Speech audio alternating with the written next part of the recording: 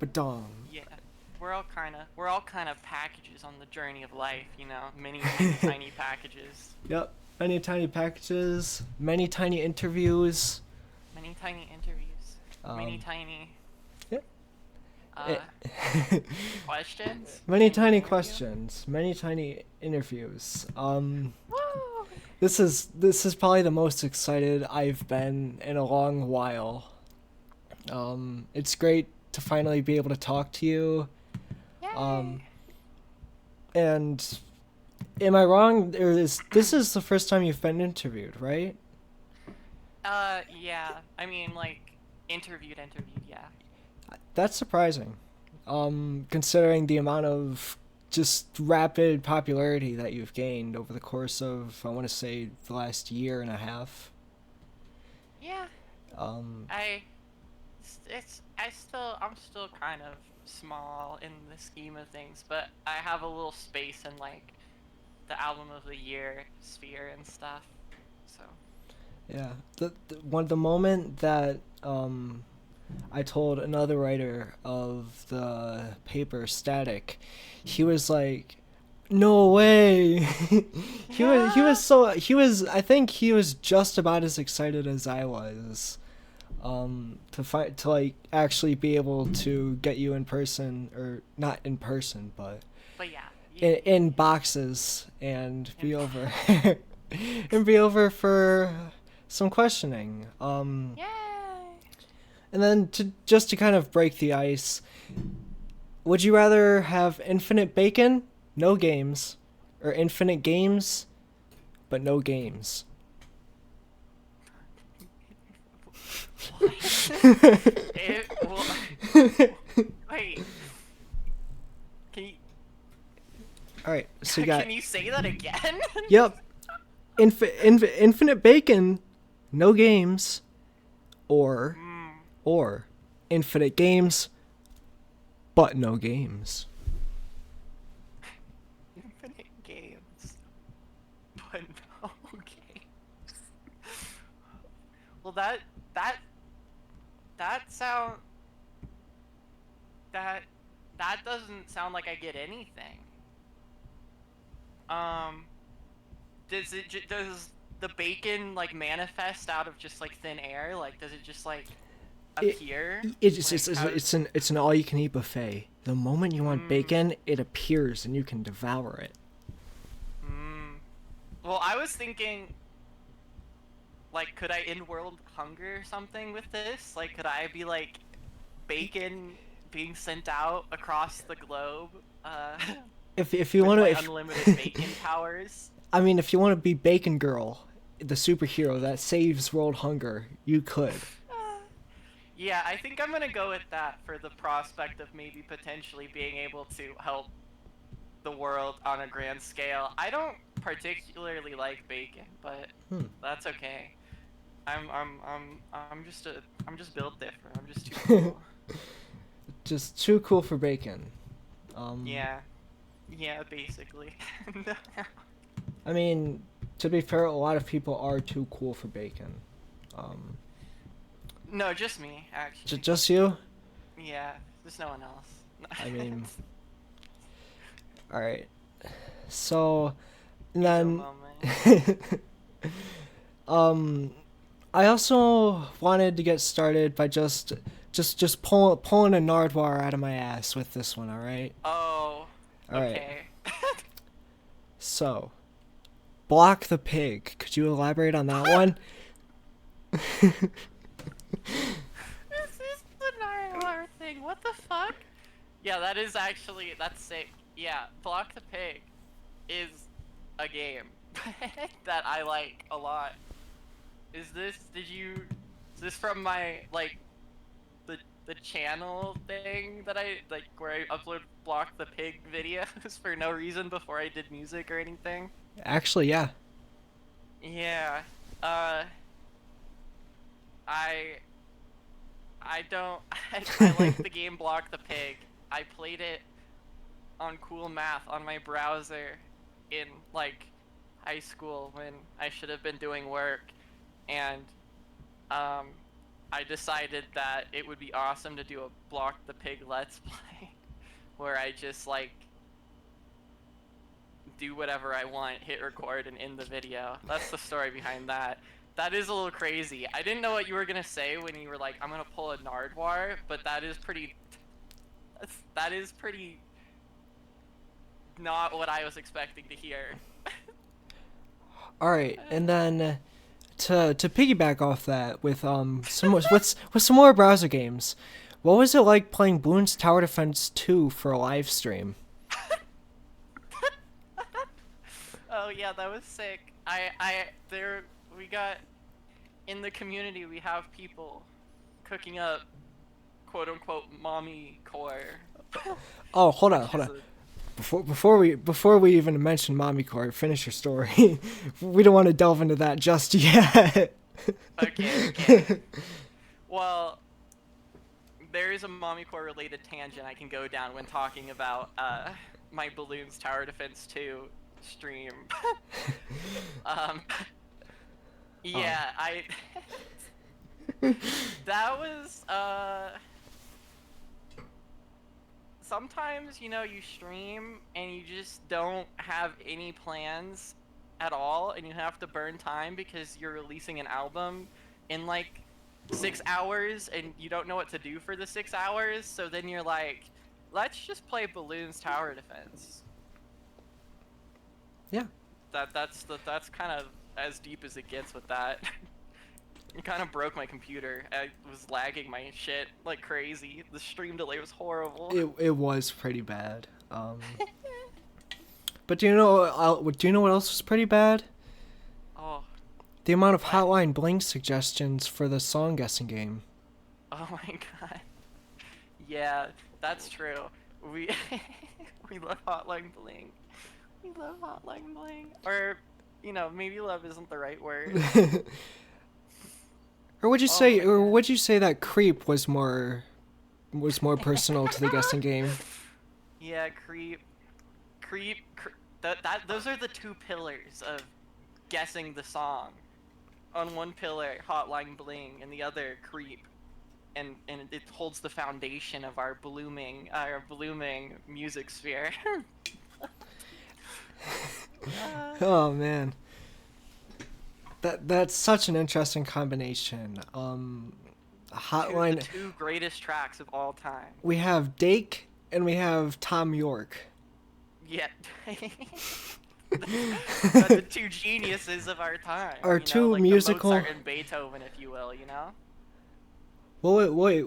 Who would that make you then? I'm like. We got Mozart, Beethoven. Drake I'm assigning Drake as Beethoven, I guess, and Tom York is Mozart. That makes me like,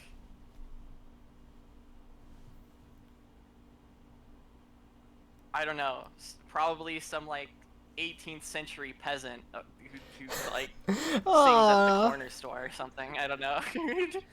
You can be like one of the bards from Shakespeare's plays. Yeah, I get to play in the background for Shakespeare. That was probably before Mozart, I think, but yeah. Well, I mean, 1800s. I'm timeless, is what is being said. I yes. precede Tom York and Drake. Yes. As long as there have been boxes, many tiny boxes, I have been present throughout history and looming in the darkness. And then you mentioned your kind of music sphere in your community earlier, so I think now would be the perfect time to go on that Mommy Core tangent. Oh.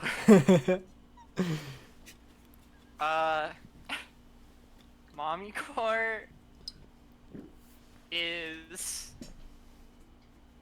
a genre created by people in my community,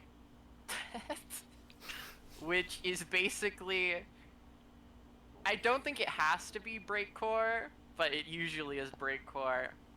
I think the defining characteristic of mommycore is that it uses mommy ASMR samples prominently in the track, and they've kind of become this meta thing at this point. Like I was talking about playing Balloons Tower Defense 2. I said in the middle of that, I'm just like, sample me talking and this cannon sound. The cannon was so loud. Um, in Balloons. And sample just put it in a Mommycore track. Like 30 minutes later, it was done. Yep. If I recall, I still have to. I actually still have to grab one of the samples from that stream and make a song using it. Oh, oh, oh my Because goodness. that was something that happened. And so now I think we've gotten it out of the way. We've gotten a little more comfortable. So I wanted to start getting to actual questions and stuff. All right, all right, all right. First off, do you have something to drink?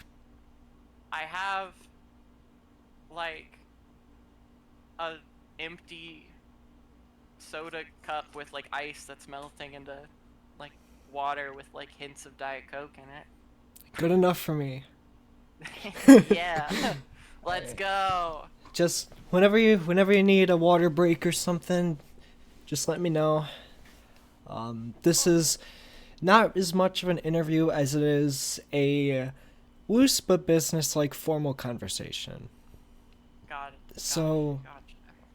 feel free to take it wherever you want to go, and I'm just here to kind of be a mitigator and to kind of steer conversations through a direction that we can learn to better understand you as an artist and your creative process. And in the beginning, before you made music, what was it that you wanted to do? I wanted to be a concert pianist. That was my path in life before doing like making music. Like I started piano like at the church when I was 5, because my family was religious, and that's when I started learning. I took lessons at the church, and I continued doing that. And then sometime around like freshman year of high school or middle school, I was like, yep, we'll be a concert pianist. And then that was kind of my main thing for a long time. And I even went to school for it at CU Boulder and dropped out because I was not doing well. I kind of had a mental health moment, which kind of led me to reevaluate what I wanted in life.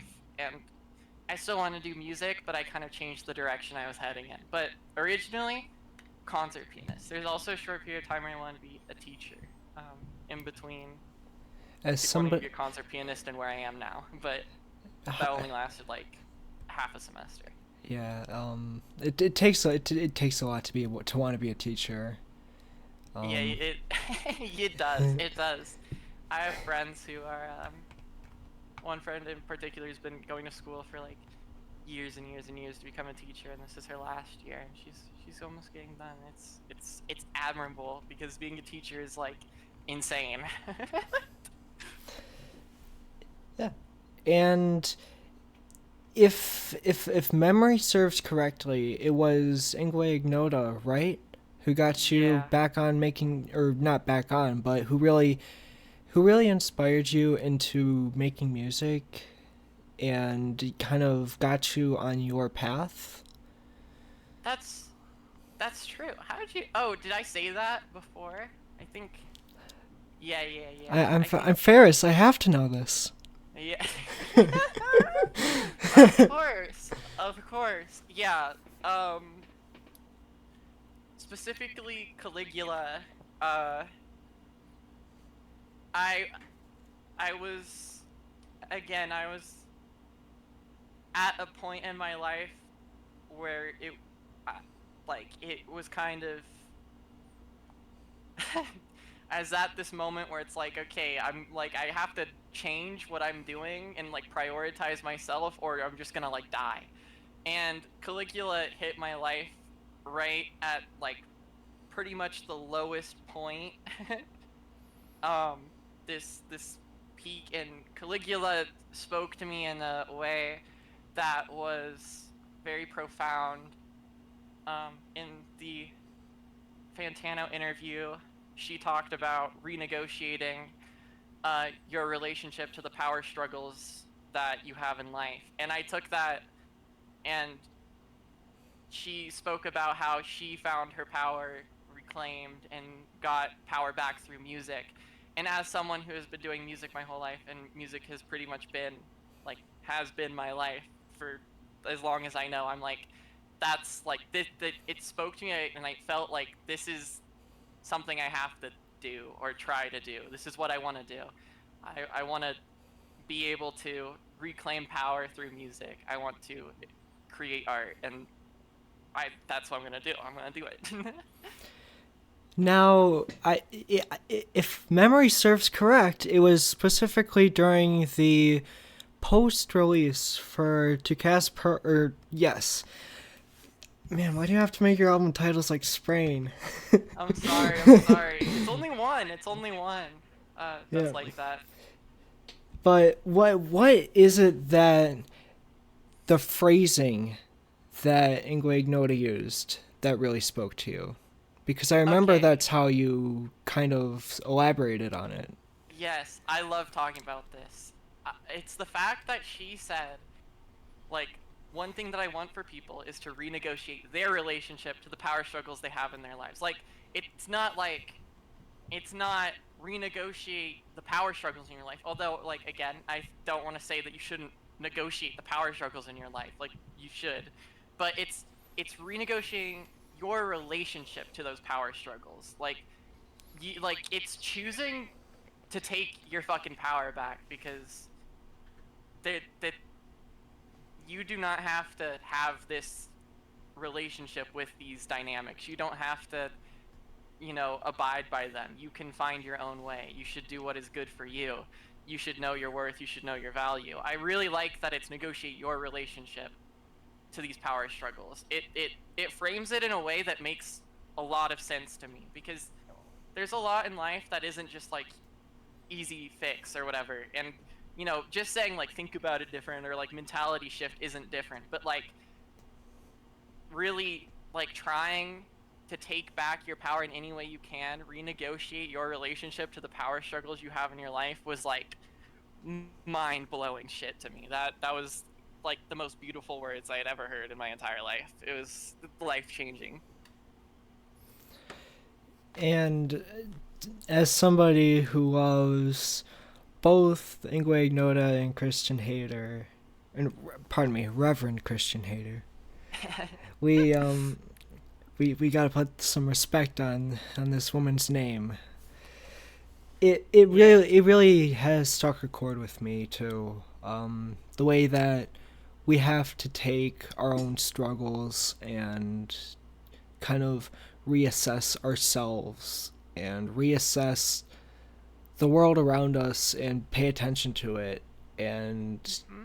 cast our own formalities instead of having to abide by the ones that we're given. Exactly. Um, and something to continue on the strain of other artists. Not that you're not important or anything, No, no but worries, no worries. but you love Sprain. I do love spraying. That is true. On a scale of 1 to 10, how much was your last album title influenced by Sprain? Okay. You're not gonna believe me, but it wasn't maybe not on, it was not on a conscious level influenced by spraying. Um, it maybe on a certain level it kind of opened my eyes to a certain lane of being able to name, like, of how the way that the words they speak make me feel, and like what I wanted to express with my thing. Mine's kind of a play on a Bible verse. It's not verbatim the Bible verse, but that's where I got the name from, and I think that I imagine that's probably maybe comes from the same sphere of inspiration as where Sprain finds their titles.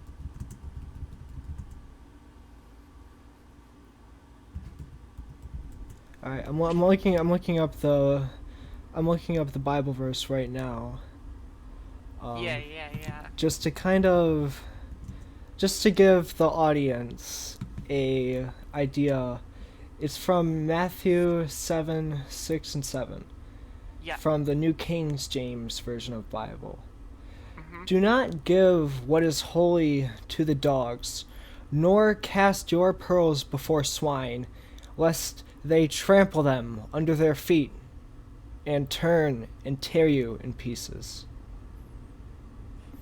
It's so It's shakes me. That line. that is some fucking that is some hard ass shit from the Bible. God damn. Yeah.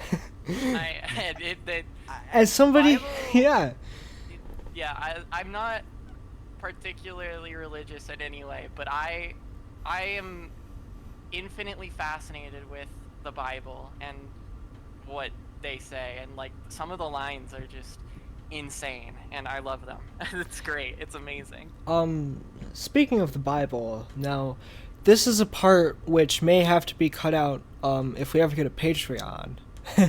Oh, Um, Patreon. have you ever heard, the story? So you know David versus Goliath, right?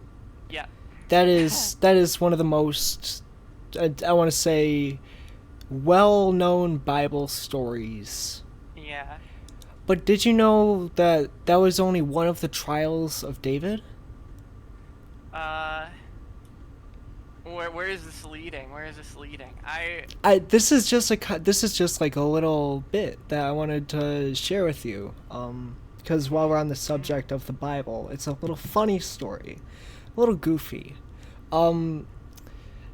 Because it was at the time, I don't know the exact reason, but for some reason, David had to collect the foreskin of, I believe, 1,000 men.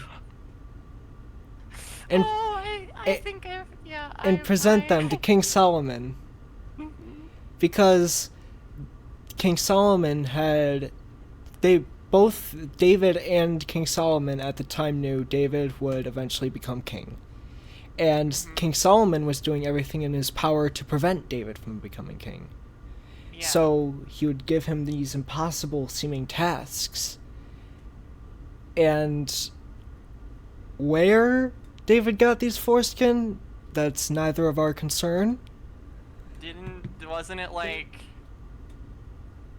a massacre? I actually think so. Like, I think it was a battlefield. I can't remember. I have vague memories around this. Yes. But I don't know. Yeah. So yeah, I don't know about the ethics of that. Yeah. No, that's okay. Yeah, it's a Bible story. There's got to be metaphors for it. Yeah, what is the metaphor? What is foreskin a metaphor for in the Bible? I don't want to have that on my search history.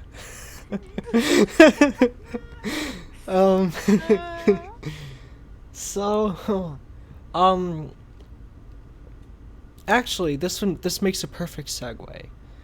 Alright, but hear me out. While we are on the topic of the body and nudity and just laying yourself or just being bare, the music video for Object. Oh yeah, I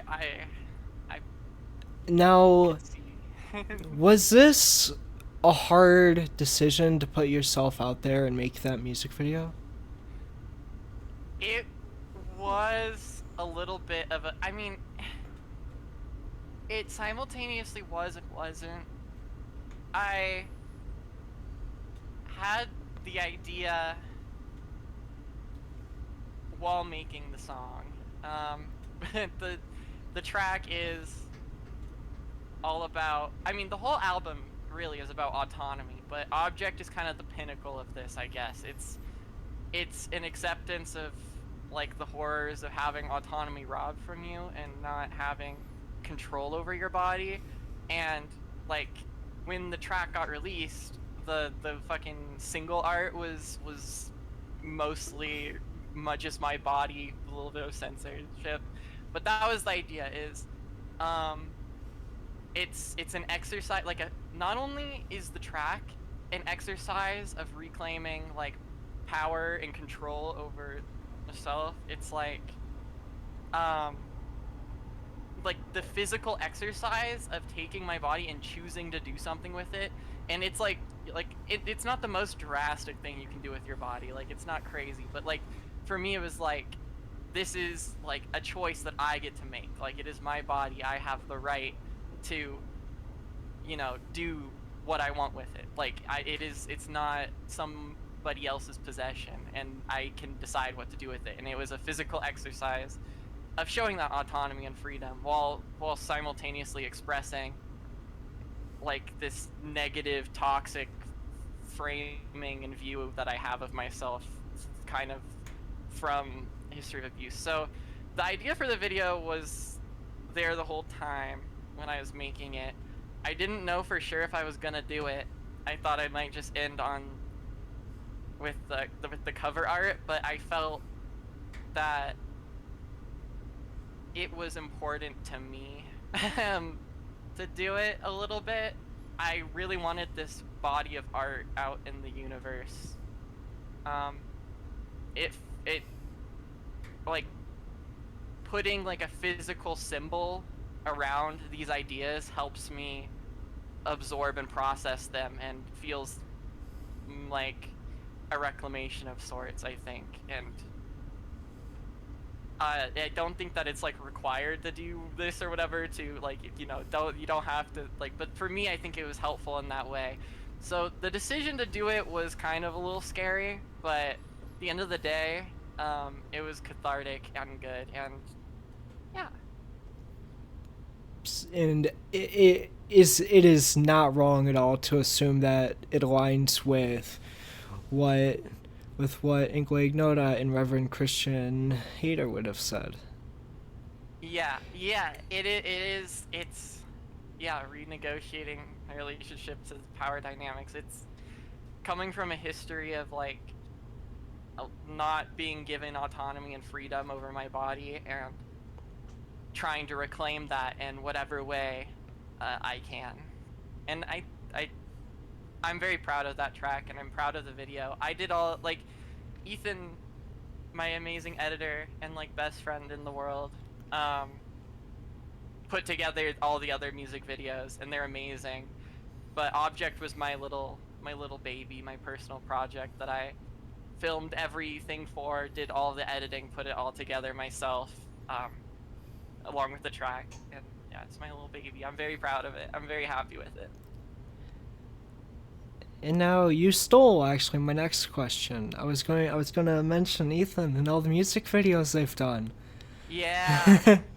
So, do you want to kind of talk about Ethan and how he's helped you shape your kind of image of your music videos and the messages that you want to portray through them? Yeah, Ethan is amazing. Ethan's the greatest ever.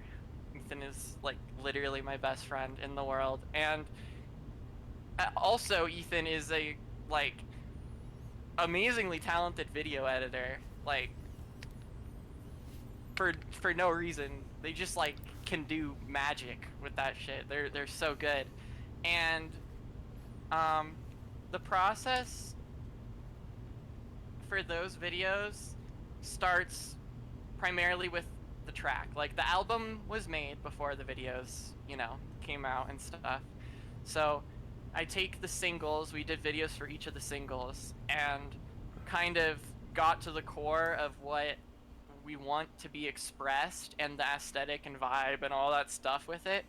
And we'll just sit in like a Discord call, and Ethan will screen share, and we'll talk and have fun, and you know, create this thing together. But it's all Ethan doing amazing stuff. Ethan even went out and like, you know, filmed footage of things, asked people to submit footage of parks in their area and stuff to use, and like all sorts of things. Ethan's amazing and talented, and uh like is pretty much like whatever fucking weird shit I want to have to do, like Ethan's just like, okay, all right, down, bet, yeah, we'll do that. Ethan is great and wonderful. Now, you mentioned parks, right? Yes. All right. That's going to lead me right into the next one. You were providing all of these perfect segues, all right? Like Yeah, I'm it's serving up these brilliant. segues. All right. On YouTube, F and D to death. Yeah. Now, you had originally released it as the actual title, Fucked to Death. But YouTube age restricted it and obviously demonetized it and all of that bullshit. Yeah. So you had to use the and symbols. And would you tell me about how you made that video and how you and Ethan kind of got your Discord together and made that? Yeah, that's I mean, I'm so proud of that video and the track and everything. Um yeah, we it was sad that it wouldn't let us have fucked to death as the title. We had to take that down. And we wanted it like we were so proud of the end result that we wanted to make sure that it wasn't like age restricted, because YouTube won't like recommend videos that are age restricted and stuff. We wanted people to see it and be able to share it around. So that was a little bit of a fiasco. But the story behind the video and the footage is it's pretty interesting. The first scene of the music video is of like this playground spinny thing in like some weird nebulous environment, kind of optical illusion-y thing. That was 3D rendered by Ethan, okay? And What? it's modeled after this spinny thing in a local park that I love. Like, I adore it. I go and spin on the spinny thing all fucking day. It's great. That's what that's modeled off of.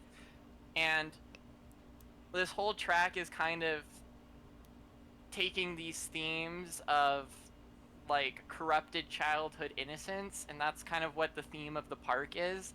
That's what like parks represent to me, and like why I love them so much, partially, not the only reason, but that's kind of the symbolism behind that. And what we did is we were like, after we got the 3D model part, we asked our Discord server, we're like, hey, if you want to help us out, send us like footage from like local parks, and we'll use it for video. And people did, like a lot of people did. We got a bunch of cool submissions, and now like some people's local parks are like cemented in this music video. I think Abby's playground was in there. Abby 4KT, Anna's playground, Calamity, Mari, Slemix. There's a few other people, but a lot of the community members like came in clutch for this one. It was really sick. It really is just, it's great to see artists who are able to not only be able to just interact with their community, but to be able to do it so casually and just be like, on a whim, just say, hey, I need some pictures of your playground, hit me up. And then a couple, and then not even, it was like maybe a month, right? Yeah. A month or two. It doesn't feel like that. But it was maybe a month or two, and you had out this video that was so insanely edited. Thank God I'm not photosensitive epileptic, but yeah, this channel is not. I apologize to people with photosensitivities. It is rough. Yeah. Yeah. Also, pardon me. I had pulled open the YouTube to make sure that it was the right one, and also for the and joke.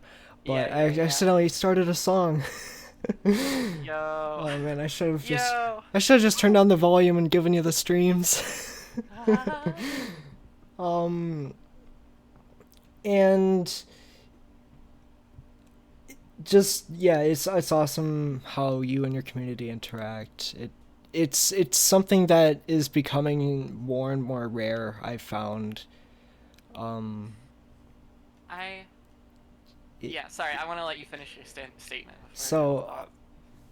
also, um, Mia, they help a lot out with the sounds that you get, right? Yeah, A lot of they're a lot of the nature sounds. they I it's amazing. The community is amazing. Like genuinely, it's that like the most kind, amazing group of music nerds that you'll ever find on the internet. It's just amazing. They're all wonderful. And like it's like one of the most active little Discord servers like I've ever seen. It's crazy. I am honored to have this community. I don't know what I did to get them. I but I love interacting with people. It's like my favorite thing. I love talking with people and engaging and yeah, we're like an armed militia. If we need nature sounds, I'm like, anybody got some nature sounds? And then, boom, nature sounds. It's amazing. Like we can it's and we just have like the most amazing little collaborative community. It's amazing. It's genuinely it blows my brain. I don't even know how I got here. All right, and now also, so speaking of some more sounds, this was during the listening party, the first ever time that you shared to Cast Pearls. Yes, You yes. said, for word, almost every sound in this album I made from scratch, by the way. That's true. How did you make almost all of those sounds, some of which are not even, it doesn't sound human or machine? How did you make some of, like, what are some of the craziest things that you did to get some of the sounds that you wanted for the album?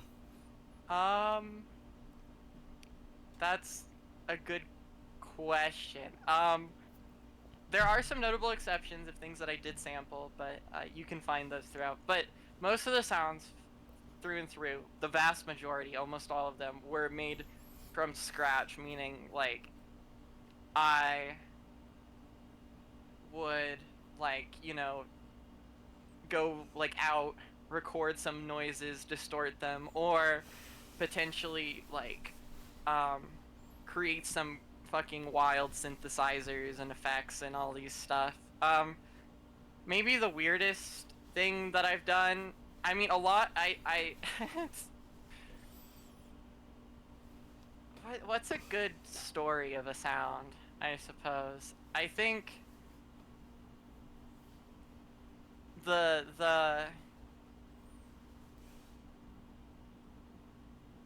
I think synthesizer on Wolf and Woman is kind of a combination of me making like mouth gurgly sounds and like a serum synth that I made from scratch. That's kind of weird. There's a lot of noises that I just like make with my mouth and then turn it into a weird sound. I really like using granular synthesizers. They're really cool. You can take any sound in the whole world and use it as an oscillator and fuck it up. Lots of cool sound design things. Every sound is like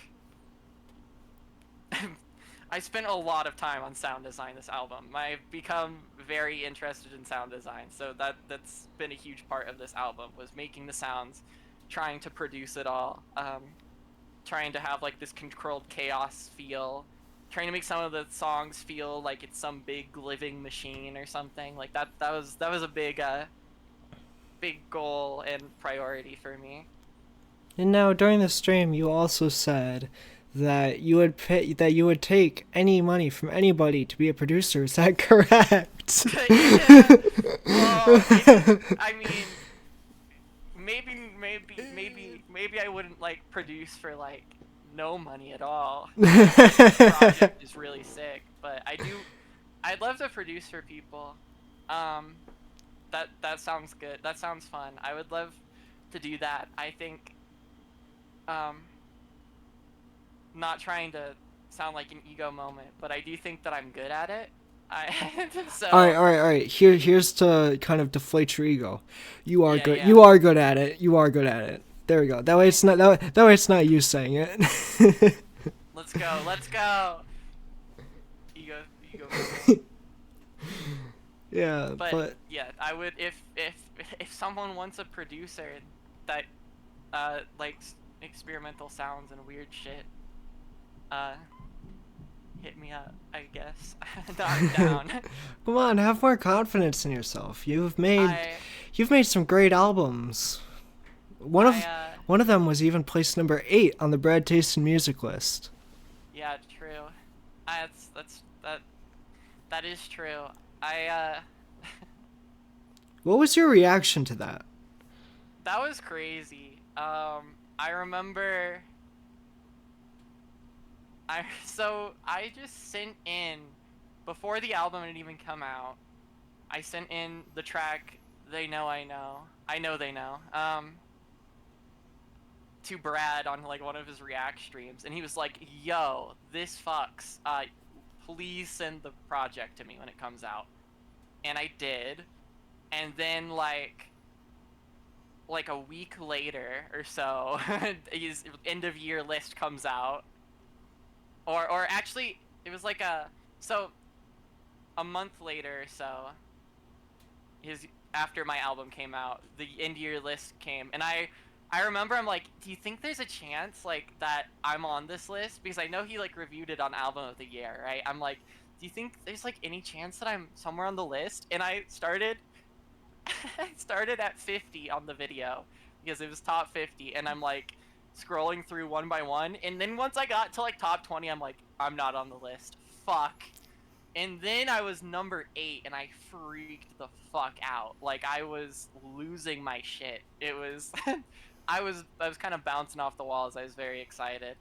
Um, you can if you go onto that video on YouTube, you can see my excited, frantic comment being like, "Yo, I made the list," and that was kind of like the first big bout of attention that I got, which is cool. Um, No, Brad does not like the new album, but that's okay. it's okay. He has a Brad taste in music. Yeah, yeah. He's a Brad. It's allowed. It's fair. You can like and dislike it. But I very much appreciate Brad for listening to the project and giving it the shout out. That meant a lot to me. Now, another person who got me personally into your music and also gave you a big shout out in their video was Hidden in the Static from Album of the Year, placing your album at number 49. Number 49. Let's go. How Let's did go. how did it feel to have one of the biggest members in the Album of the Year community put your album on such a high tier from a place that you personally yourself have said that you're kind of from and cultivated your taste and your kind of, I don't want to say personality, but your kind of musical senses, I guess. Yeah, that was, I mean, I honestly, what was crazy was the moment I saw that Static joined my Discord server, and I was just like, wait, I recognize person from Album of the Year. Like, I see Static just reviewing like a fiend, going across like every album imaginable and reviewing them. And The man doesn't sleep. no, I didn't, no, no. And I'm like, yo, that's crazy. And I remember seeing the video, um, like, I just, I didn't know I was gonna be in it or anything. I just, uh, once Static joined the server, I, followed them on YouTube and all that stuff. I watched, the worst albums of 2023 video, and then I started that one. I'm like, yo, I'm on there, and I left a similar comment where I'm like, oh my goodness, I made it. I made it. I made it big. I'm in this. I'm in the hidden and static list. Yep. Notably, near the beginning of the video too. Like it's just like boom. I was jump scared with myself. It's very cool though. I really like seeing recognizable names. Like the amount of times I've seen someone and been like, "Oh, I think I've seen you somewhere," and then like I can trace it back.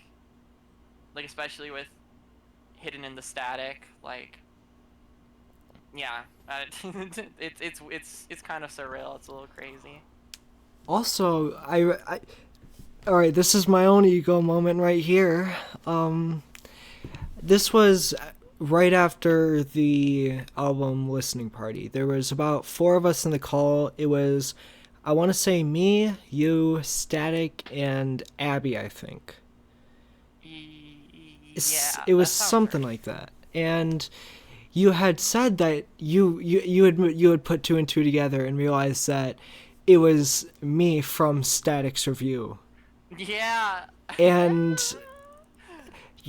all right, so I'm gonna tell you a little story now. So, as soon the moment you said that, I got up, did a little happy dance in my room, and muted because I was Yeah. so it made me so happy That because is so sweet. That makes my heart like, oh my god. it really does, it really makes it full circle that I'm here interviewing you today, and the member that I was talking about earlier who is extremely excited actually was Static. He's Yeah. he was part of the newsletter as per my request due to his some would say unhealthy obsession with reviewing. Um Yeah, yeah. and then to have that kind of opportunity to kind of lay yourself out there and be open to criticism in a Discord call where people are able to be hidden behind screens and say stuff to your face. Were you nervous at all for that? Uh, maybe a little bit. I'm pretty, maybe another ego moment, but I'm not bad at taking criticism. I'm usually mostly unbothered by it. I feel extremely confident in the art that I do make.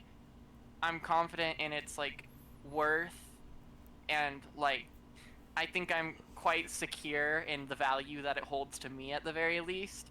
So I'm willing to hear people out. I appreciate anyone who's willing to listen even if they don't enjoy it. They don't like the it means a lot that they spent their time there. So I wasn't too worried about it. Um People were pretty nice anyways too. People in the community are always so nice anyways, but yeah. Yeah. Mm-hmm. It it it's just awesome that one, you even hopped in that call because most creators wouldn't even do that kind of stuff. Yeah, I enjoy it. I try to be as connected to the community as I possibly can. Like that is a goal of mine. And it's an admirable goal too. um Now we're at the 45-minute mark, or 48, almost 49-minute mark. Has any of that ice melted yet? Yeah. Some watered down diet. Mhm. I'm gonna crack open a monster. Let's And go. of course we got to get our pipeline punch going. Pipeline punch. Shout out to all the trans girls out there. You build the world. Yeah. All right. So now also during the post album party, No Longer is your proudest song, is it not? I would say so. It's hard to choose, admittedly. It might the I some I'm sometimes I think it's object, but I think no longer overall is my proudest for what it represents, I think. So, Yeah, yes. you can tell I was there taking notes. Yeah. Cause one of the things that I'm always fascinated by is an artist's creative process. And Absolutely. one thing I want to ask you about is your process when you go into an album. What is like, how do you go about with a concept? Like, where do you derive your concepts from, and how do you want to apply them to your album? That's a that's a good question. That's why I'm here. Um,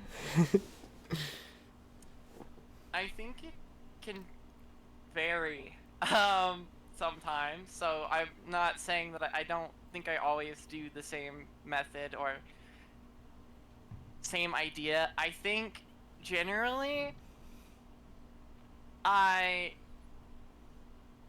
usually upon like concluding whatever I was doing previously, I start to get a kind of loose feeling that I then try to capture and break down into manageable like themes and concepts and flow.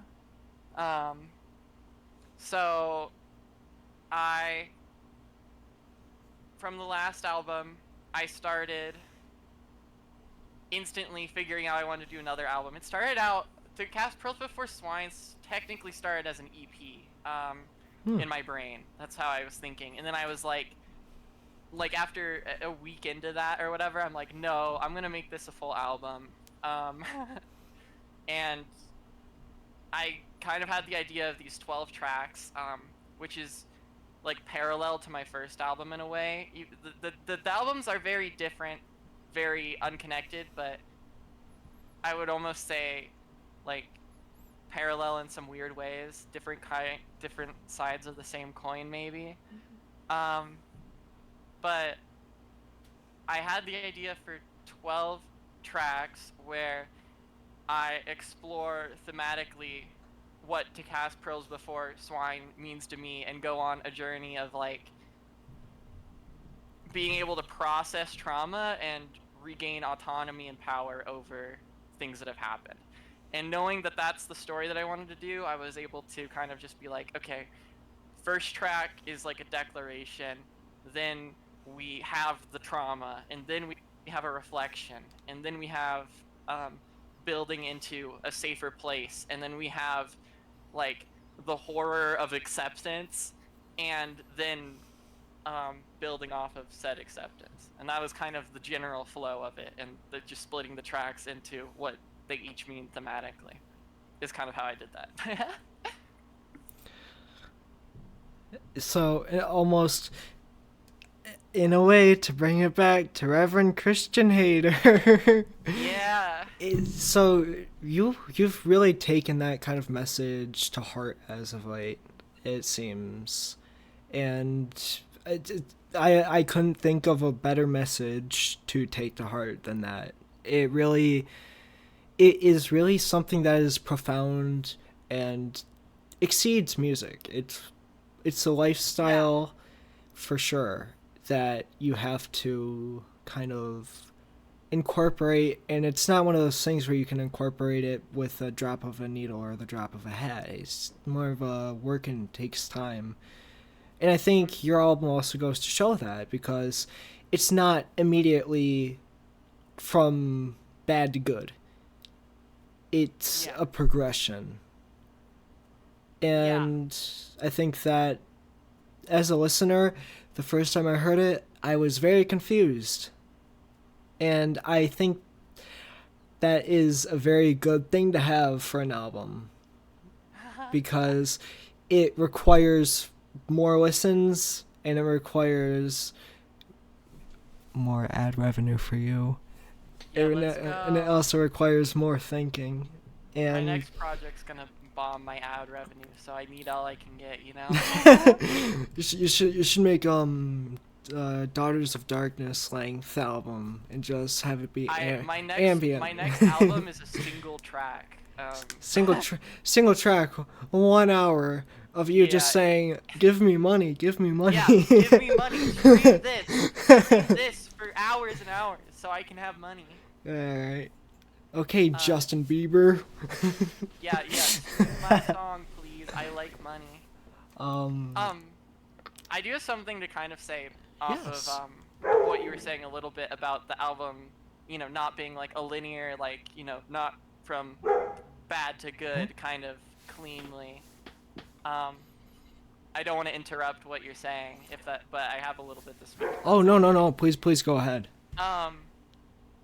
Yeah, so a big goal, at least in these first 2 albums that I've made, is to show, like, so I would say the first album is trying to show, like, with no glorification, just how ugly, like, abuse, trauma, like, these horrible things, like, they are disgusting. And the album is intentionally kind of meant to reflect that. I don't want any glorification. I want people to, like, really leave it being like knowing that these are horrible, unacceptable, disgusting, gross things. And then in the second album, the Cast Pearls Before Swine, it's kind of showing, like, that the process of healing and the process of trying to get better is, like, bumpy, ugly, ups and downs. You know, sometimes you'll take a step forward and then you'll take 2 steps backwards, but you just have to keep going in the direction that you think is correct. You just have to keep heading in that direction, even if you do take steps backwards. It's ugly, it's gross, and that's kind of how it can be sometimes. Healing is not a smooth, clean process, I would say most of the time. 2, 1. All right, now I need you to entertain the audience for 1 minute. That's my 2 cents on that. I need you to entertain the audience for 1 minute. I have to let my dog out. All right, but 3, 2, 1. It's go time. Audience, people watching. Now that I have your attention, and Ferris is nowhere to be seen, I can cause chaos. How should I cause chaos? We need to pay musicians fairly. If you're listening to this right now, Google the Support the Living Wage for Musicians Act, or Google Living Wage for Musicians Act. If you're a musician, go on to the website for the Musicians Labor Union, whatever they're called. I think it's United Musicians and Allied Workers. If you're a musician, go sign the petition. Musicians should be paid fairly. It's actually fucking insane. And the only way, we can't rely on Patreon, we can't rely on crowdfunding, we can't rely on Bandcamp. Bandcamp got bought. Like, what we need to do as a community of people who enjoy music, people who are musicians, is collective, organized action. Okay, we got it. You have to. We're treated unfairly. People are not being paid what they should be, just across the board in general. And music is a great fucking place to start this. To start a cool movement, because everybody here is lovely. Musicians are some of the nicest, most amazing people in the universe, and they're all insanely passionate and wonderful. So go support musicians, support your local musicians, support the ones that you love. Be nice, give to the community, hire artists, fuck AI. Yeah, I don't know. I'm trying to think of more things to say while Ferris is gone. What if I told you I was here the whole time? Yo, Ferris is back.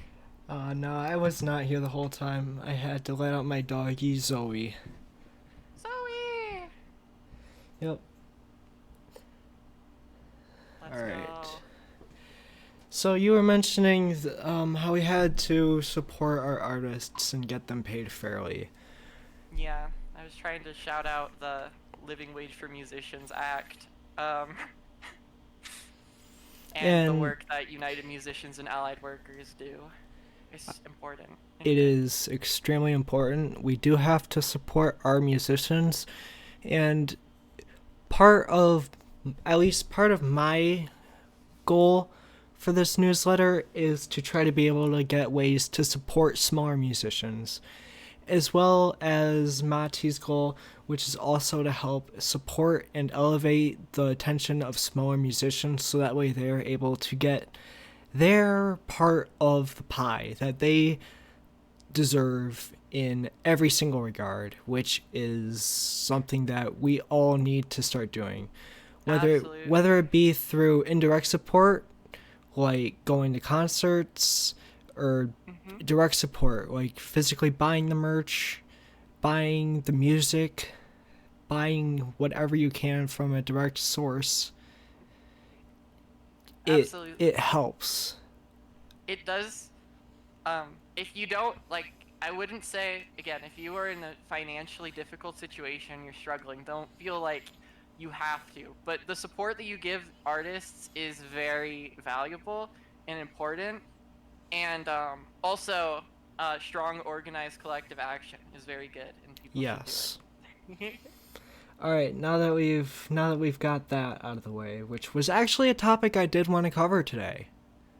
Let's I go. wanted, because you have been very vocal about the support for the artists' movements and all of everything that has been happening. And Yes. I commend you on that, because as an artist, it may seem selfish, Yeah. I mean, but it's it is not an ego moment. It is not. I can say and I can assure you, it is not an ego moment. I yeah, I mean it does it full transparency, it would benefit me, but it's Yes. more so that music is the thing that I'm most passionate about in the whole world, and being able to like sustain art and like being able to pay musicians fairly is just something that is very important to me as someone who lives music every day. So, It's in the vein of a workers union. yeah. Um and speaking of work, you have some of the fastest turnaround I've seen since Death's Dynamic Shroud releasing another tape every single month. I mean, how long did it take you between projects? Like 4 months, kind of. I mean, November 17th, 2023 was when my self-titled album came out, and then March 22nd was when 2024 was to Cast Pearls Before Swine. That that's insane to me, especially with how high production both albums are. It blows my mind. I appreciate it. I'm kind of just a freak. I'm not like not derogatorily, and hopefully not ego moment either. Everybody works at their own pace. I am very obsessed with my work. I Not a day goes by that I don't do music. So, And is there any questions you wanted to ask me personally? um, let me think. You don't I have to. You mean, don't have to. I I was gonna I was kind of thinking, I wasn't planning on asking this during the interview, but I was gonna ask a little bit more about like your goals and like uh what you wanted to achieve through not like just this interview, but your whole like newsletter, website, whatever, all the stuff you're doing. And you So, kind of already answered that a little bit, but I'd love to hear more if you have more to say. I'm well, this actually originally started in the depths of another server that I don't know if Mati wants me putting that out there just yet. no worries, no worries. Because it came from an offshoot of a server that was an offshoot of another server that me and Mati kind of had a philosophical discussion about music and what it means to really look at music through a mirror as opposed to an objective lens. Yeah.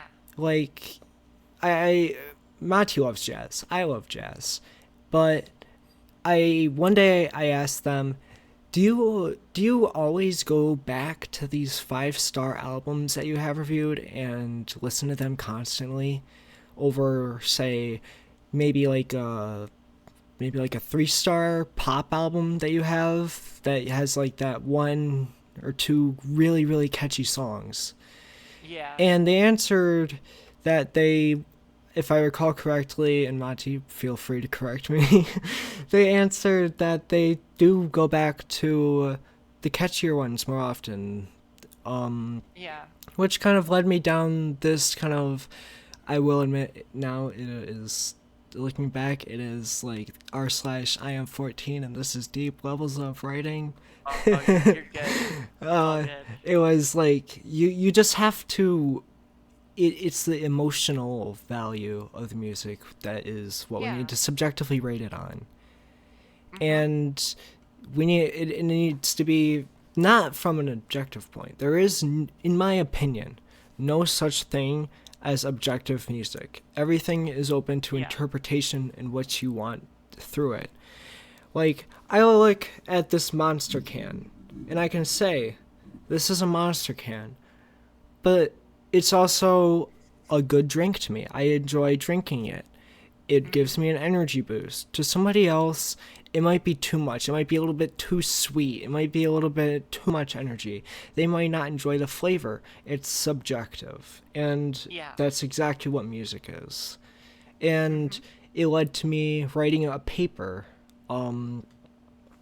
Actually, I think I still have it if I go into my Google Docs. By the way, this was not planned at all.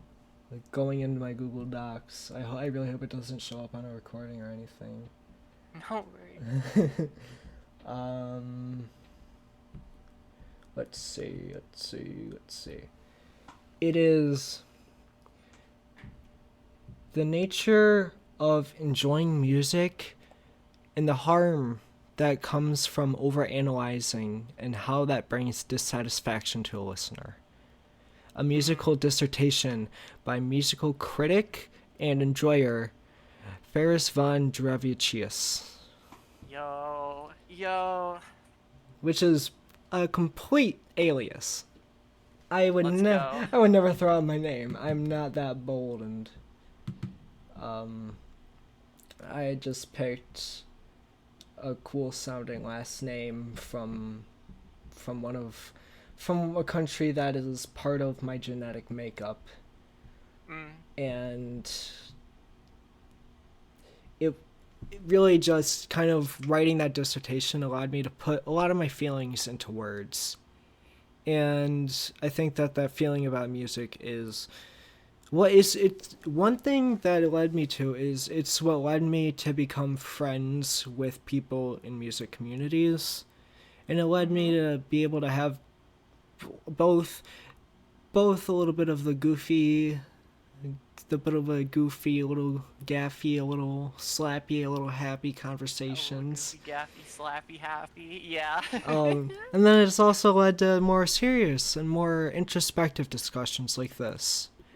I was almost late for work yesterday discussing mindfulness and being aware in the present moment with somebody who was close to one of my college professors.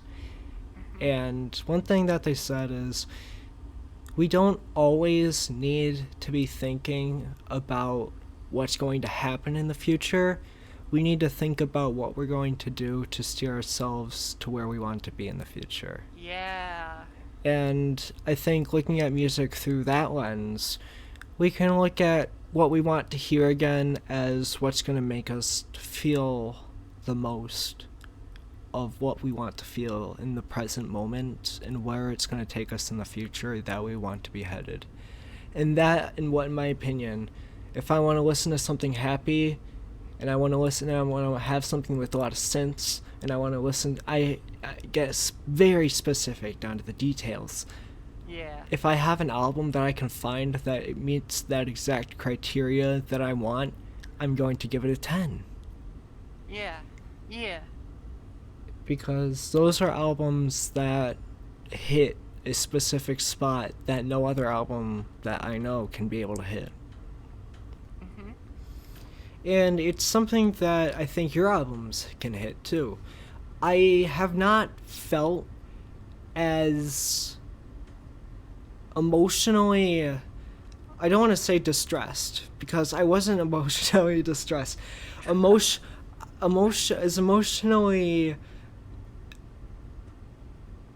I don't even know how to put it into words. It was emotionally invigorated by Yeah. listening to both your self-titled and Cast Pearls Before Swine. They both are able to draw out something in the listener that I've told you before compares to the likes of Shushu. Mm. Yeah. Love Shushu. And I believe you said Girl with a Basket of Fruit, and what other albums have been major influences on you?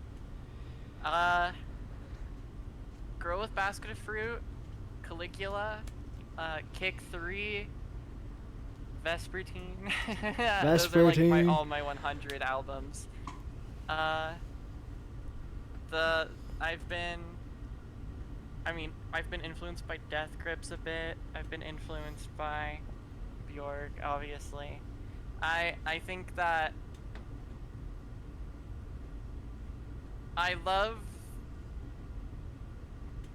how raw Shushu feels, I think. And I tried to kind of take a similar approach along that vein.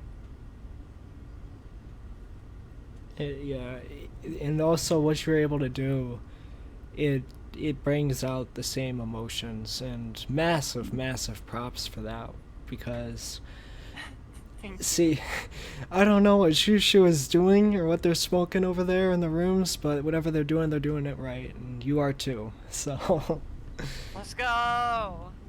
I would say they're smoking trees, but I wish no harm upon you. Um and before we kind of wrap this up, I do have one parting gift to you. A parting gift? Yes.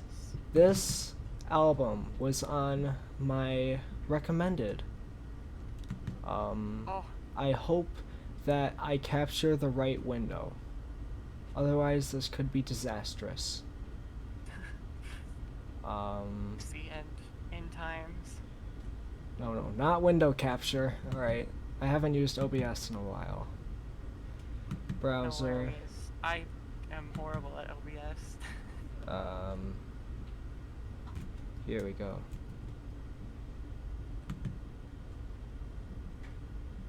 Alright. I'm going to pull it up now and bring it to the front. This is Baklava, an album, and I'll go into Discord and do a little screen share with you. Oh. Let's go. Alright. Let me grab that and pull up OBS for ya.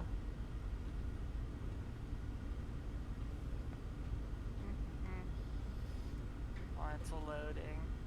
There we go. I see. And the artist. Oh! Oh my goodness. I didn't know this existed. Me neither. November 1968. It has a lot of ratings. Psychedelic folk, chamber folk. And field recordings. Yo, Maybe this is a sign. this is crazy. I literally am going to listen to this album. Like, I have to. It says psychedelic, warm, natural, acoustic, soothing, pastoral, peaceful, soft sampling. fantasy, Christian. Oh my goodness. That makes sense. Consider.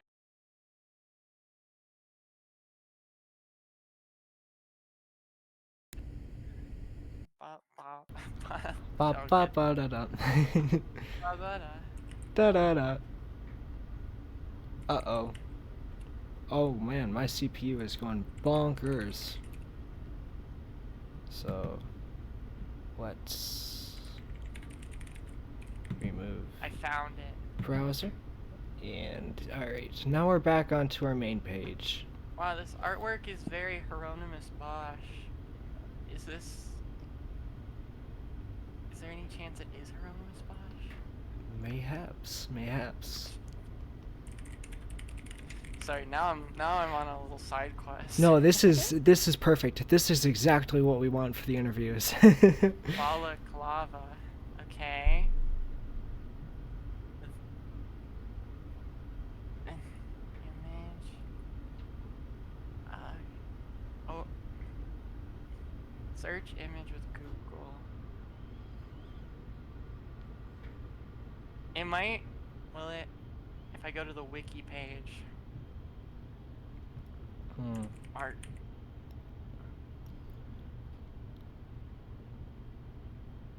There is surreal and horrific drawings by avant-garde artists. Oh no, it's not. It's by modern artists.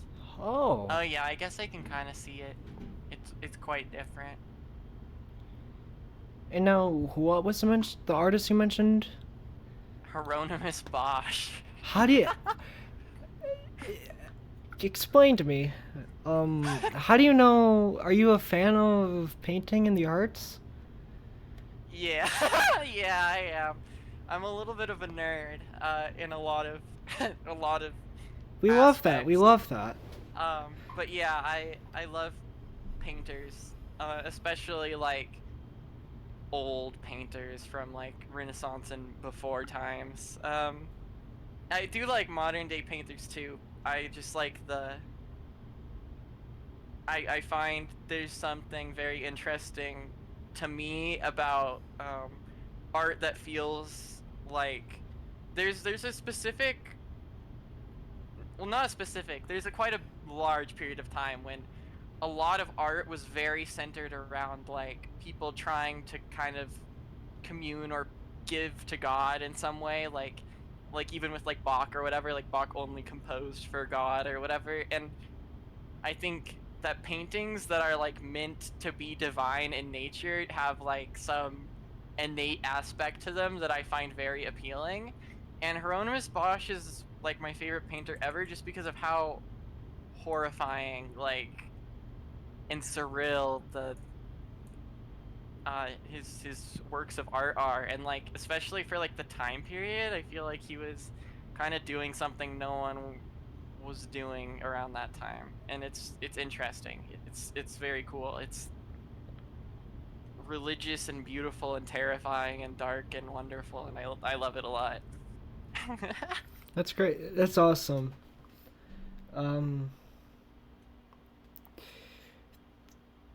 Now, recall to me exactly how many instruments do you play? How many instruments do I play? I mean, I play. It's a loaded question I because know. I can play some instruments much better than others. Piano is my primary instrument. Um, but I can play on top of piano. The next best is probably violin because I did orchestra for 9 years. Um, and then after violin, probably the bass. Then Let's after the go. bass, probably guitar. And then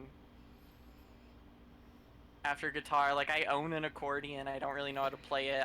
I own like some like weird like I don't remember what it's called. There's some weird drummy thing, percussion-y instrument. I have an auto harp.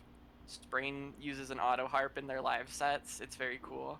And probably in their recordings as well. I just haven't noticed it. But to be honest, I mostly just play like 3 instruments. Like I can loosely play all of those, but piano's number 1. I can play violin and I can play bass, and then beyond that, I'm not gonna say I know what I'm doing. I mean, anyone can play guitar. Oh, true. That is what Mr. York said in that one. That one, In that one, the one, that one. the one song that the guys that did Creep made. Yeah, the guy who was the creepy guy from Creep. Anyone can play guitar. Because of him, actually. Yes. He taught us how. He is our guitar messiah. The guitar messiah. Now, Pablo Honey is a must listen, just so like you can hear the guitar messiah in their home environment. You'll learn how to play guitar, and learn about creepy guys, some weirdos. What the hell are they doing here? Yeah, they don't belong here. Yeah, exactly. And she's running again. Oh, She runs. she runs. She runs. Yes. That's kind of a pretty sentence or statement. She runs, like Yeah, 2 it words. is. I like that. You know, have you ever seen you've had to have seen the clip of Elon Musk just high out of his mind on the Joe Rogan podcast, right? You know Yeah. that's what I feel like both of us are right now. Yeah, we're like, yeah, we're she we're runs. Oh my goodness, this is I think revolutionary. we're past the point of the interview, and this is heading into the Patreon exclusive The content. Patreon exclusive content. But no, The one where we talk about David fetching thousands of foreskin by massacring people and not knowing what that means because we won't Google what foreskin represents.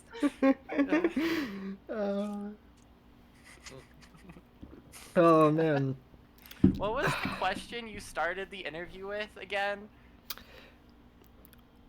Would you rather have unlimited Yo. bacon and no games, or unlimited games but no games?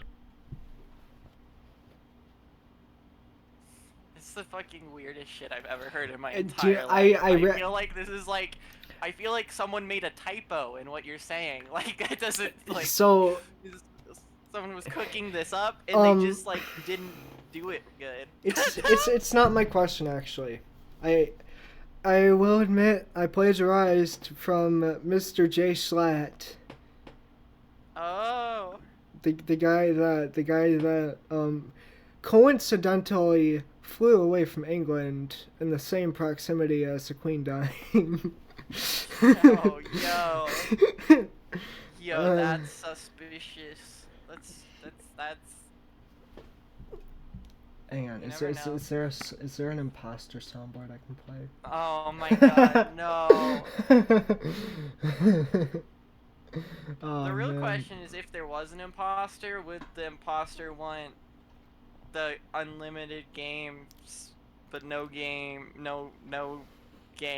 or the bacon with no games as well? Okay. What's the bet like when you want to like I'm so feel free to say like deny answering this question, but are you at all like have you ever like done anything to be under the influence of drugs or like smoked? You do or you have? Yeah. You don't have to have. elaborate. You don't have to elaborate on it. But like Allegedly speaking. allegedly. Legally. what is the best album to throw on during that kind of Okay. I've thought about this before. throw on. Okay, I'm sending this to you. It's a Spotify link, but um the by Melt Banana Charlie. If Yes. you listen to this while high, you are gonna die, You're and it's gonna gonna be great. melt. You're gonna have a good time. You're gonna become a melted banana by the end of it. Yeah, you will melt banana. You will melt banana. If you Yes. listen. That sounds like something that would come out of like one of a title generator. Like if you programmed a computer to make a many tiny boxes title, it would say "Melt you banana." Melt you banana. Yeah. That's got to be one of them. I'm glad that you have are aware of Melt Banana. That is, I mean they're relatively well known, but yeah, so. it's. I think the one thing that got me onto them was King Gizzard and the Lizard Wizard. That's just the psychedelic yeah, kind of aspect drew me into that sphere of like the Aussie psych scene, and yeah. then from there it was then I'm seeing them at a show, so not Melt Banana, not Melt Banana, but King Gizzard, and I think that's gonna be a fun show. Another nomination is maybe listen to Mutant by Arca. That would fuck you up. I think permanent damage. I think at is my go. This might go to yes, Arca one. The one that. The one song. Yeah. Alright, so funny story. For the love of me, I could not understand why it was just one song. I thought it was like one of those Apple Music errors until I went to Rate Your Music and I was like, what the hell, man? Why you gotta do this to me? What's going on? What? You can do this? yeah, it's it's fucking wild, to be honest. Yeah. Now, would you ever consider making a suite like that? Just I've been working on a long track. It's not gonna be like an album, but like I said, it's gonna be like, it's not gonna be a suite. It's gonna be one very long track. Ladies and gentlemen, we've got the inside scoop. Yeah, I have like, and there's gonna be a feature or two, maybe 3, which is cool. It's kind of just like a big concept thing. It's kind of a mega mix, but not really, because mega mix implies that it's kind of like a bunch of songs kind of tied together, but it's really like one cohesive piece, I would say. Like kind of like the Abbey Road medley. So it's something. I would say that it's really striving. So there's some points of it that are like very boppy, I suppose. There's like good, you know, there's bops and bips and bibbly bops, and you can, you know, have some good times. And you can have a little bit head. But then also I wanted to experiment more with like thick atmosphere and vibes more, rather because so far the longest thing that I've done has been Object, which is only 5 minutes long, and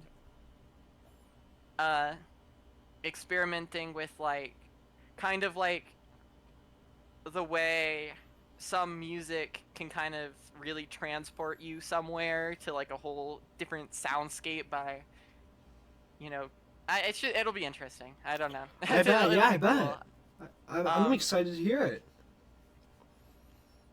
It's gonna be cool. It's gonna be cool. No doubt in my mind it'll be cool. Yeah, it'll be, and I swear I'm also, the things I'm working on right now are that project. That's my main focus. I'm producing for a friend's cover of a Dorian Electra song, which will be out sometime. And then more albums to come, maybe a pop album. Right. I don't know. I'm not sure yet. Now to pull another Nardwire moment.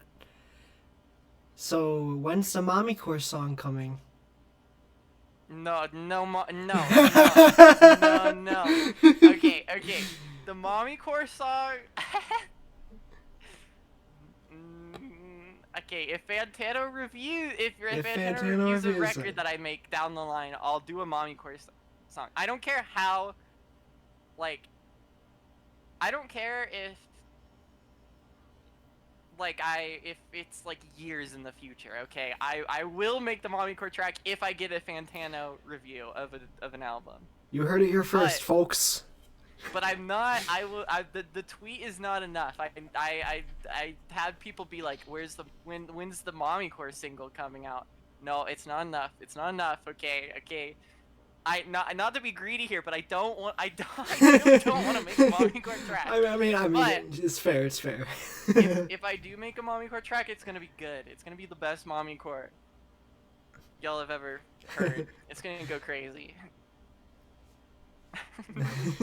But I'm not. I don't know. I have no idea what that will look like if that does happen.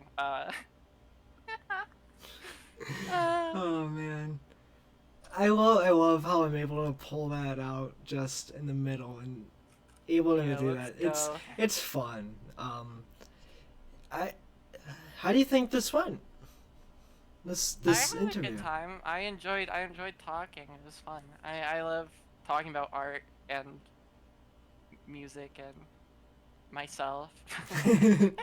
Okay, that was a bit of a big ego moment. Yeah. But Yeah.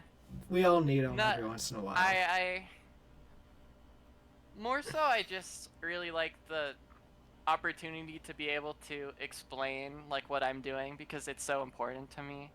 So I appreciate giving me the opportunity to speak on that more so than just talking about myself. I really enjoy being able to like go into what I do and the music I make because it's my entire existence. I love it so much. It's the thing I care about the most. So now I've got 3 more questions to you before I Oh. think we can wrap this up. all right. So I want you to give me a quote that represents you. However, it cannot be music-related media. Cannot be music related media. No, it cannot. Quoting like something that isn't music. Okay, Yes. let me think.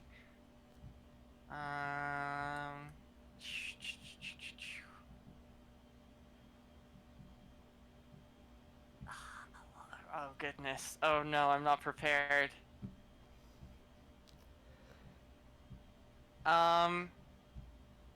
If you want, that Bible verse can count. I'll throw you out a bone. Hold on, I got something. Give me a second. All right.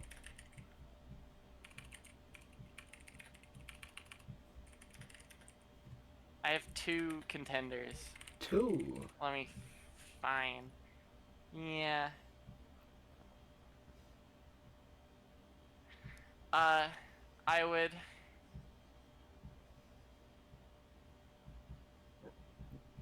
I would quote the Bell Jar by Sylvia Plath. I took a deep breath and listened to the old brag of my heart. I am. That's the best. That's the best I got right now. The best you've got in the present moment is the best you can. Yeah. That's just one of those things. It's as long as you try, as corny as it is, as long as you try your best, it's good enough. It's good enough. And I don't mean that in corny like. things may be corny. Yes. But, that's okay. Corny's fine. I don't mean good enough in like a way where it's like, that was good enough. I guess it's like. That was good enough. You did it. It was good enough. Yeah. A firmer way of saying. I don't like to use the word firm, but it was a firmer way of saying that. All right, but it was a very good quote, and I've heard it before. The way I've always read it was more of a pause on the I am, and then the final I one. would also read it that way, but Yeah, I because I was just I believe the final I am is a statement, yeah. and it's a beautiful, beautiful quote. People should read the book. It's a good book. And shout out the author, a real MVP, the goat, Sylvia Plath. Sylvia Plath. We respect our queens and our kings all around Yeah. the world. My 2 book recommendations: The Bell Jar and The Phantom Tollbooth. Oh my My 2 gosh! favorite books. The Phantom Tollbooth! Yeah, Oh I my love The goodness, I Phantom haven't read Tollbooth. that in ages! It's my favorite book. I read it a lot, even though it is like a children's book, but I find it to be very beautiful in a lot of ways. Look, if your favorite book you say is a children's book, my favorite book is The Giving Tree. That's an amazing choice though. That's a great choice. That's a good choice. And that's like a more that you call that a kid's book. um and then Giving Tree's very beautiful. yeah. I also think that it's one of those things where you don't need to have an age attached to it. No, it's kind of universal. Yeah. It's just great messaging. Mhm. Shel Silverstein, the goat, for real, for real. Yeah. Shout out to Shel Silverstein, I know. Sylvia Plath, and who the fuck wrote The Phantom Tollbooth? I don't even know. I don't, It's like my favorite book. Here, let me look it up real quick.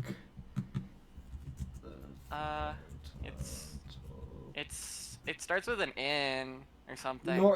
Norton Juster. Yeah. Okay. Shut- I'm a fraud, but No, yeah. there are times I can't even name my favorite albums. Yeah. I'm like, it's like that one. Yeah, you know, like yeah, Yeah, I like it a lot. yeah. For a while, it like one of my favorite albums of all time is um oh god, I'm literally having this moment when I'm trying to give an example. It was Oil of Every Pearl's Uninsides, and I Oh. literally could not remember the name for like a year or two, and then one time I'm like, I am going to read it and remember it, and then here I am like having to think. Now, in the same vein of non-music stuff, what is probably your biggest inspiration from a non-musical source of media? Oh, that's a good question. I would say the video game Ni no Kuni: Wrath of the White Witch. Yes! Yes! Is like- Yes! Oh my god. Is probably the greatest non-musical inspiration to my being and the way in which I live and exist. I've played that game dozens of times. It's like my most played game on Steam, and it's just like it's good. You should play it if you haven't. It's definitely very have. very beautiful game. Yeah. There's a sequel to it, right? There is. I've also played Yes. that. I like the original much more, but the sequel is also good. I need And I to would recommend I it. need to play the sequel now. It is good. It is good. But I'm biased, and I don't think it's quite as good as the first one because The sequels never are.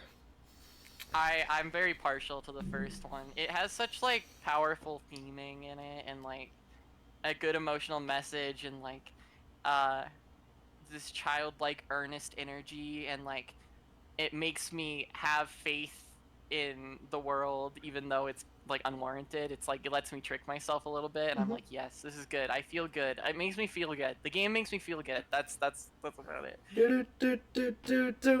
I feel good. Yeah. Oh man, I love that opening. Just bum bum bum bum bum. It's so punchy and it sticks with It you. goes crazy. It does. It's a certified hood classic. Certified hood classic. Let's go. Legalize nuclear bombs.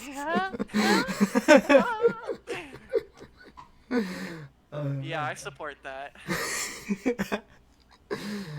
All right. We gotta decriminalize nuclear bombs. It's first it's weed, and now it's nuclear bombs, folks. This is where we've gotten to. So I want you to name 3 songs that you've been obsessed with lately.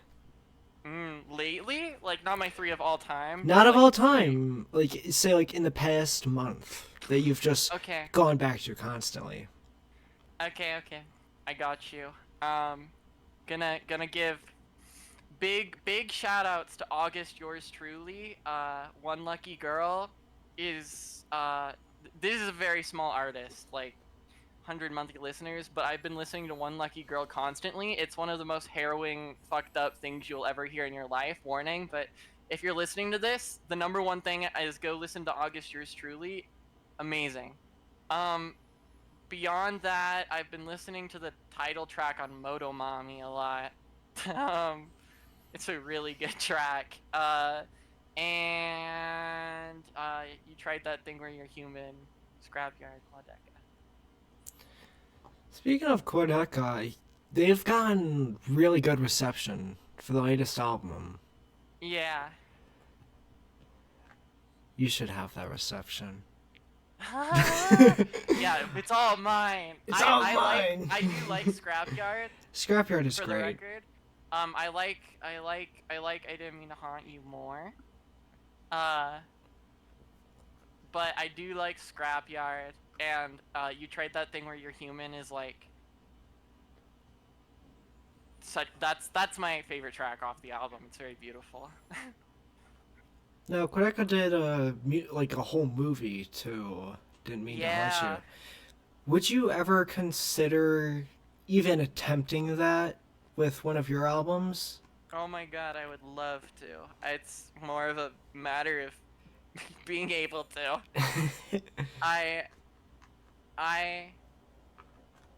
would absolutely love doing that. If I could do it. I do not have skills in film. I would not know what I'm doing. But I imagine Ethan would be a great help in that. But I would love to do that. I'm a big fan of art, and like music is my favorite thing in the world, but like just art is good. Yeah. And those are the 3 questions that I have for you. That wraps up the interview at Jesus, an hour and 43 minutes. Yeah. Well, no filler. That is a great time. I told my dad, just in case he got home, to be quiet because you love talking. And we might still be going when he gets home. Yeah, but I'm what they call a yapper. So, yeah. we love yapping here. Yeah. Yep. And it has been great talking with you. Yay! It's been lovely talking with you. Is there anything you'd like to say before we head off? Well, thank you for holding the interview in quotes. Thank you for asking thoughtful questions and being pleasant. If people are listening, again, Living Wage for Musicians Act, United Musicians and Allied Workers, important. Google it, support it. Musicians are important. Artists are important. W. That's my last thing. Yes. That's all I got. Massive W for that. Yeah. And then if you have the funds and you're able to, please go support Aspen on Patreon. They deserve every cent of the money that you are giving, and they deserve help through your financial givings if you're able to, only if you're able to. Only if you're able to. only if you're able to help support them in their musical endeavors because they deserve it. They make wonderful music and they are a wonderful person. It has been a pleasure to have you on here and keep on rocking in the free world. Do do do Rockin' do. in I need to go. Wait, what should my catchphrase be for the end? You gotta be like, yeah. Hey, what my thing is this needs to be we're gonna keep this in the interview because this some is sort of some sort of call and response thing would go crazy, Yeah. like a Nardwuar type thing. yeah. So my album of the year and is Ferris's shoegazing. Do you want to play into that somehow? Uh, Oh man, this is a lot harder than I thought it would be. Hmm.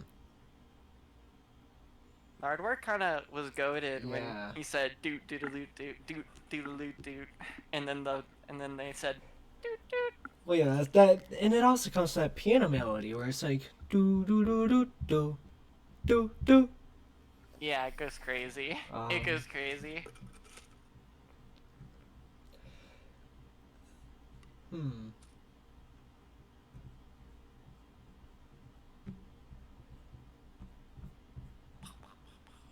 Huh. Maybe I could just have a catchphrase and we can work on the call and response later. Yeah, need some Um, time to cook in the oven. Yep. We need some time to cook in the oven before we can get our cake. Our yes, I guess since our unlimited bacon. our unlimited bacon. Yeah, need some time to cook. All right. I think I got one. All right. So this has been Ferris. I'm where the sidewalk ends, and for now, just keep Ooh. on trucking.